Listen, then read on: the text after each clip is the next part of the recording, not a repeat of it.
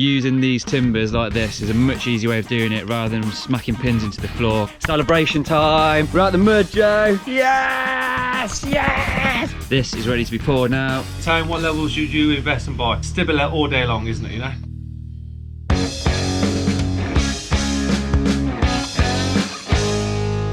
Good morning guys, and welcome along to another day on our single story extension build. First of all, we're going to do this, our footing mix. This is ready to be poured now. Got our rebar in, got our shutter in it. What we're going to do is get the mixer going, get loads of mixes, get that filled.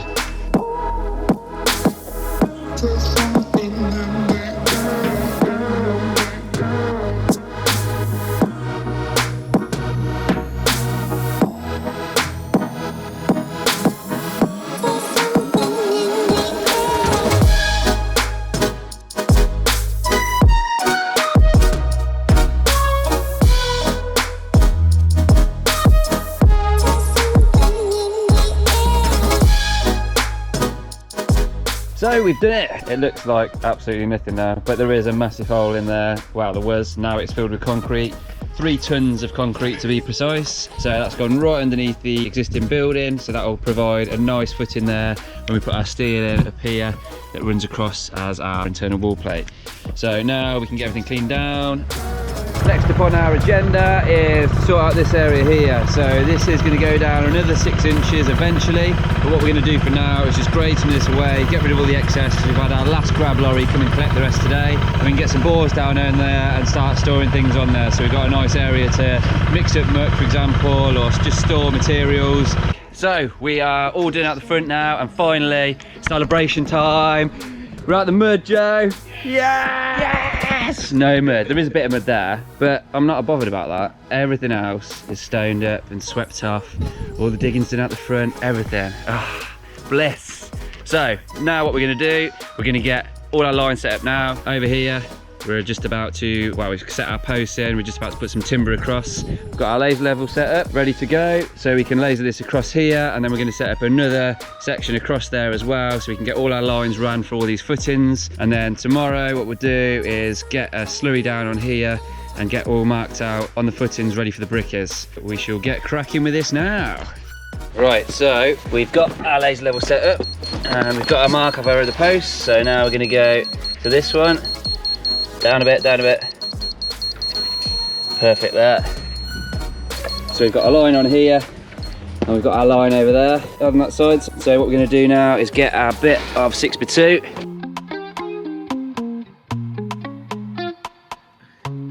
So we know now this is nice and level straight across there. What we'll do exactly the same over this side, and then we know that these 2 points of reference are exactly level with each other. So when we come to run our lines across, there's no discrepancies anywhere, because it could throw our lines out slightly if they're at a different level to these ones. So let's pop over there and get this done. Sorted.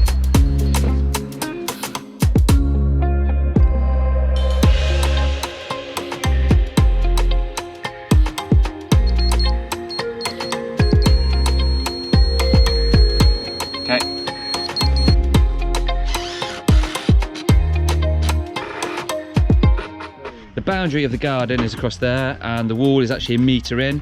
So we've set here, this is our nib, it's coming out 130mm, and then it's going to return down here like this to over here somewhere. So we've got our screw in, so this line is now set. We're going to tidy up now, and we'll see you tomorrow. See you tomorrow, Joe. Goodbye. Bye, bye, bye.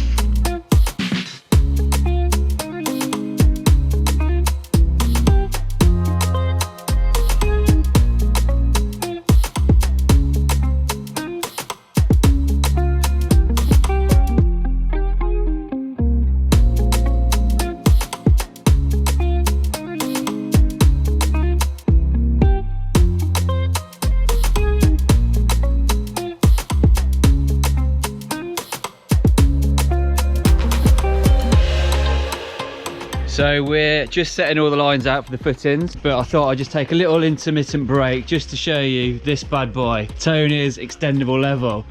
Epic Tone. How long you had that? I've had that probably about a year.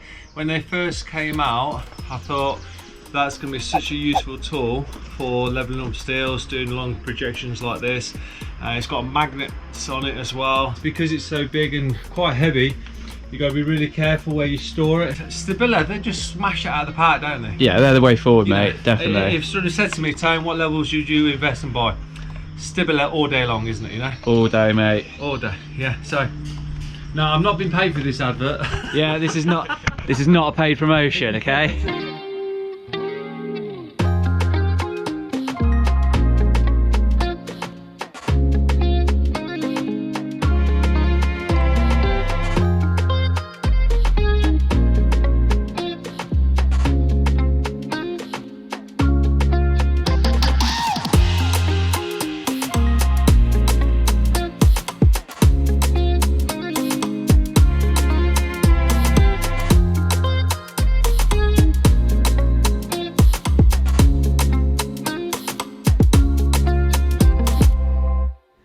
So then guys, this is it. All our string lines are done. We've got everything mapped out perfectly how we want. If you've ever seen the Crystal Maze, this is a little bit like it at the minute, navigating through all this lot.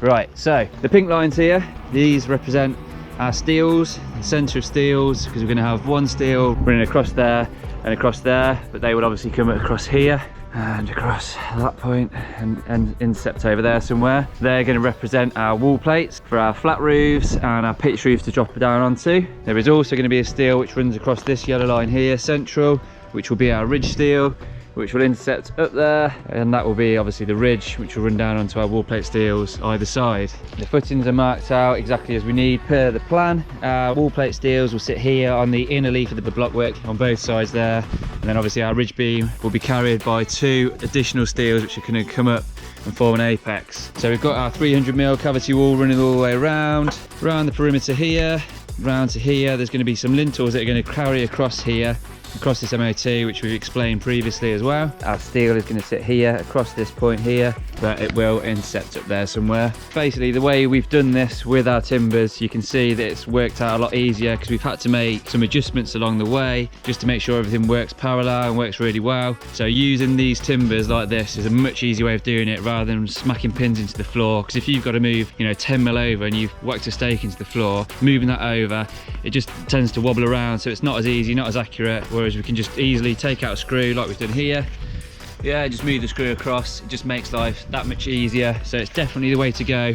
This is why we prefer to do it this way rather than the stakes. Joe is going to get rid of all this stuff now. This can all come down because we've got all our markings on the footings, so when the brickies come in, they know exactly what they're going to do. So all this can come down so we can actually navigate around the site a bit easier. We've also measured up for our block and beam as well, so they are going to be on order this afternoon. So they should be landing here next week. So that is it. Hopefully you've enjoyed today. Thank you for watching us, and we will see you tomorrow. Bye, Joe. Bye, bye, bye, bye, bye, bye, bye.